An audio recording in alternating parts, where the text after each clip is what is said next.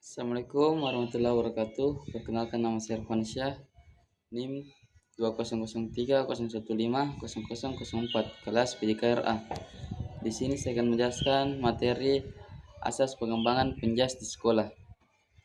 Asas pengembangan dan penetapan sasaran penjas, meskipun secara filosofi telah dibahas kedudukan dan pentingnya pendidikan jasmani di bagian awal-awal, bagi guru masih dapat kesulitan untuk memutuskan pengalaman apa yang diberikan kepada siswa. Hal ini ditambah lagi dengan begitu banyaknya pilihannya yang tersedia, baik dari awal wilayah aktivitas jasmani, permainan, maupun dari wilayah olahraga. Bagian ini tidak dimaksud untuk menyatakan secara langsung tentang apa yang harus diajarkan pada siswa, tetapi lebih diarahkan untuk memberikan keyakinan kepada guru tentang landasan apa yang harus dipertimbangkan ketika memiliki kegiatan bagi para siswa. Paling tidak, ada dua dasar pengembangan yang harus dipertimbangkan akan dikemukakan di bagian ini, yaitu: 1. Dasar-dasar pengembangan kurikulum dan dorongan dasar anak. Dasar-dasar pengembangan kurikulum. Kurikulum pendidikan jasmani haruslah berorientasi kepada anak dan tingkat perkembangannya. Setiap anak berbeda-beda dalam hal kebutuhan dan kemampuan belajarnya. Anak harus dilihat sebagai manusia yang utuh. Hal-hal yang berhubungan dengan kebutuhan anak harus diajarkan melalui pendidikan jasmani. Gerakan merupakan dasar sebagai pendidikan jasmani. Pembelajaran harus terjadi melampaui kepentingan sesaat, tapi harus menawarkan keterampilan yang berguna untuk seumur hidup.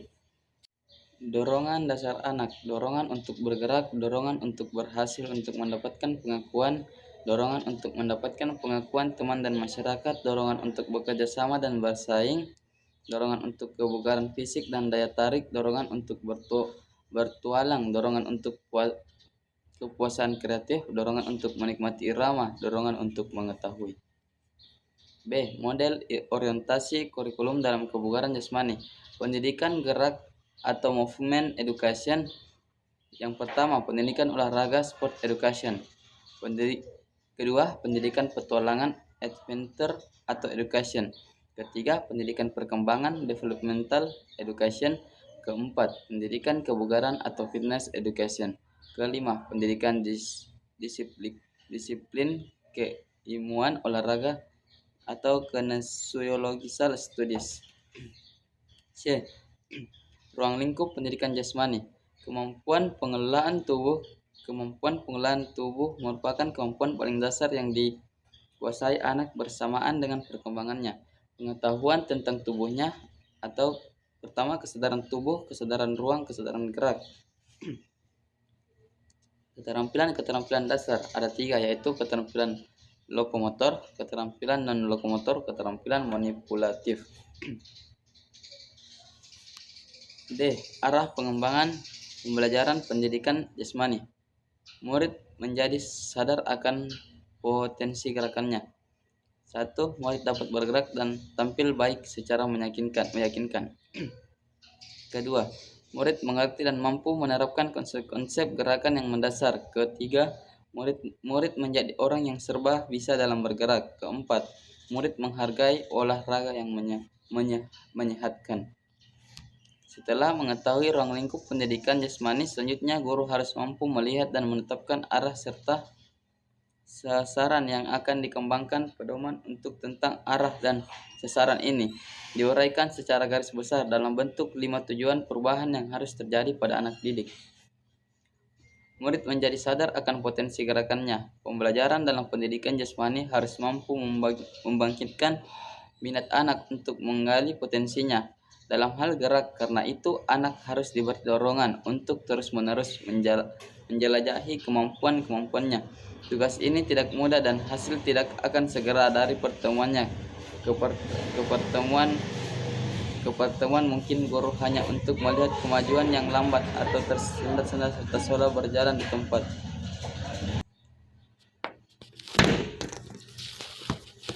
Murid dapat bergerak dan tampil baik secara meyakinkan. Ketika murid terlibat dalam proses pembelajaran, mereka harus merasakan adanya perasaan mampu lancar dan tidak tersendat-sendat.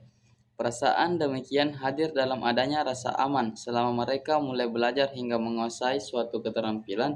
Rasa aman tadi tentu tidak ditimbul sendiri tetapi merupakan kondisi yang selalu diciptakan oleh seorang guru. Murid mengerti dan mampu menerapkan konsep-konsep gerakan yang mendasar. Keterampilan dalam berbagai cabang olahraga memiliki struktur tersendiri, lengkap dengan konsep dan prinsip yang mendasarinya. Memahami konsep-konsep itu merupakan syarat untuk menguasai keterampilan yang dipelajari. Semakin terkuasai konsepnya, semakin mudah suatu keterampilan itu dapat dikuasai. Murid dapat bergerak dan tampil baik secara meyakinkan. Ketika murid terlibat dalam proses pembelajaran, mereka harus merasakan adanya perasaan mampu, lancar, dan tidak tersendat-sendat. Perasaan demikian hadir dari adanya rasa aman selama mereka mulai belajar hingga menguasai suatu keterampilan. Rasa aman tadi tentu tidak ditimbul sendiri tetapi merupakan kondisi yang selalu diciptakan oleh seorang guru. Murid mengetahui dan mampu menerapkan konsep-konsep gerak yang mendasar. Keterampilan dalam berbagai cabang olahraga memiliki struktur tersendiri, lengkap dengan konsep dan prinsip yang mendasarinya. Memahami konsep-konsep itu merupakan syarat untuk menguasai keterampilan yang dipelajari. Semakin terkuasai konsepnya, semakin mudah suatu keterampilan itu dapat dikuasai. Murid menjadi orang yang serba bisa dalam gerak. Guru penjas harus mampu melihat keterampilan dasar serta pola gerak dominan yang mendasari suatu cabang olahraga atau suatu permainan. Keterampilan dasar serta pola gerak dominan itulah yang seharusnya ditekankan oleh guru untuk dipelajari oleh anak secara memadai. Alokasi waktu yang cukup bagi anak untuk mempelajari berbagai keterampilan gerak dasar sehingga membangun suatu dasar yang kuat dan luas bagi peningkatan keterampilan berikutnya. Murid menghargai olahraga yang menyehatkan. Dalam pelajaran pendidikan jasmani, murid harus belajar menyadari hubungan antara kegiatan yang teratur dengan timbulnya perasaan nyaman dan sehat dengan kegiatan tersebut. Murid harus menyadari bahwa dirinya lebih tahan terhadap serangan penyakit dan pengaruh stres. Dengan kesadaran tersebut diharapkan murid selanjutnya akan menghargai kegiatan olahraga sebagai sesuatu yang bermanfaat dan akan mengisi waktu-waktu lainnya di luar sekolah dengan kegiatan yang aktif. Sekian dan terima kasih. Itulah tadi penjelasan dari materi saya, kurang dan lebihnya mohon dimaafkan. Assalamualaikum warahmatullahi wabarakatuh.